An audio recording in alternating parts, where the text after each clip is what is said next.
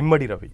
So ఐబొమ్మని స్థాపించి చాలా కొత్త కొత్త సినిమాలన్నీ కూడా కొన్ని వందల సంఖ్యలో సినిమాలని వచ్చిన రోజే తన వెబ్సైట్లో రిలీజ్ చేసి కొన్ని వేల కోట్ల నష్టానికి సినీ ఇండస్ట్రీకి కొన్ని వేల కోట్ల నష్టానికి కారకుడయ్యాడు. సో అతని రోజు బార్స్ని ఎక్కిస్తున్నటువంటి పరిస్థితి ఉంది, బిహైండ్ ద బార్స్ ఉన్నాడు. కాకపోతే అరెస్ట్ అయిన తర్వాత చాలా ప్రశ్నలు వస్తున్నాయి. తన పౌరసత్వం గురించి క్వశ్చన్స్ వస్తున్నాయి, పర్సనల్ ఫ్యామిలీ మ్యాటర్స్ వస్తున్నాయి, అండ్ తను చేసినటువంటి డెప్త్ ఆఫ్ తన నేచర్ ఏంటి అనేది కూడా బయటకు వస్తున్నటువంటి సిచ్యువేషన్. సో ఫస్ట్ అసలు తన పౌరసత్వం గురించి మాట్లాడదాం. So whether he is a citizen of India or not, president of India అయినా కాకపోయినా అతను అక్యూజ్డ్ అయితే తనని శిక్షించే హక్కు భారతదేశానికి ఉంటుందా ఉండదా?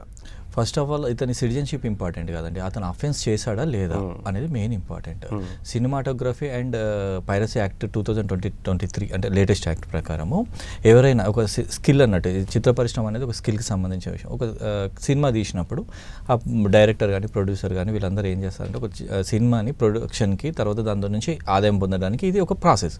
దీనిలో వీళ్ళు కొత్త సినిమా వచ్చినప్పుడు వెంటనే హై ఎక్విప్మెంట్, మొబైల్స్ కానీ ఇంకేదైనా టెక్నికల్గా ఎక్విప్మెంట్స్ వాడి వాటిని పైరసీ అంటే వాటిని వీడియో తీయడం, దాన్ని అప్లోడ్ చేయడం, తన వెబ్సైట్లో అప్లోడ్ చేయడం చేస్తున్నాడు.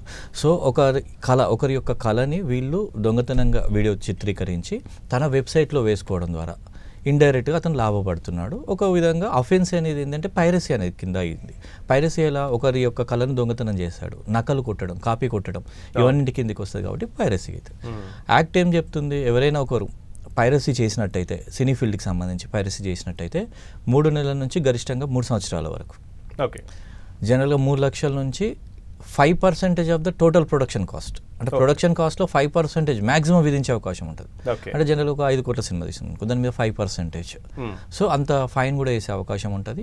ఇక్కడ ఇది యాక్ట్ జనరల్గా అయితే. దీనిలో ఇతని విషయానికి వచ్చేది ఉంటే ఇతను ఖచ్చితంగా చేసినాడు అనే అఫెన్స్లో క్రోర్స్ ఉంటే దాన్ని బ్లాక్ చేశారని కూడా తెలిసింది. అవునండి, అంటే జనరల్గా ఎవరైనా అఫెన్స్ చేస్తే 2 రకాలు ఉంటుంది. ఒకటి తెలియక చేసి ఉండొచ్చు, తెలుసా ఏదో కొన్ని మోటివేషన్లలో చేసి ఉండొచ్చు.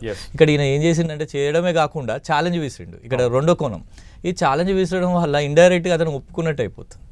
సో ఇక్కడ ఏమవుతుందంటే అఫెన్స్ అనేది జరిగింది, పైరసీ యాక్ట్ కింద శిక్షాకారుడు. రెండోది ఏంటంటే అవి ట్రయల్లో తెలుస్తుంది. ఇక్కడ విషయం ఏంటంటే పైరసీ జరిగినప్పుడు మాత్రం ఖచ్చితంగా శిక్ష అనేది ఉంటుంది. దీనికి టెక్నికల్ గ్రౌండ్స్ ఉన్నాయి. ఎప్పుడైతే నేను అరెస్ట్ చేసినప్పుడు అతను ఏదైతే రెయిన్బో విస్టాలో ఉన్నప్పుడు మినిమం ఒక 3 కోట్ల వరకు అంత అమౌంట్ దొరికిందని చెప్పినారు. వాటితో పాటు 100 హార్డ్ డిస్క్లు దొరికినాయి. అవన్నీ టెక్నికల్గా ఎవిడెన్స్ కింద పనికి వస్తాయి.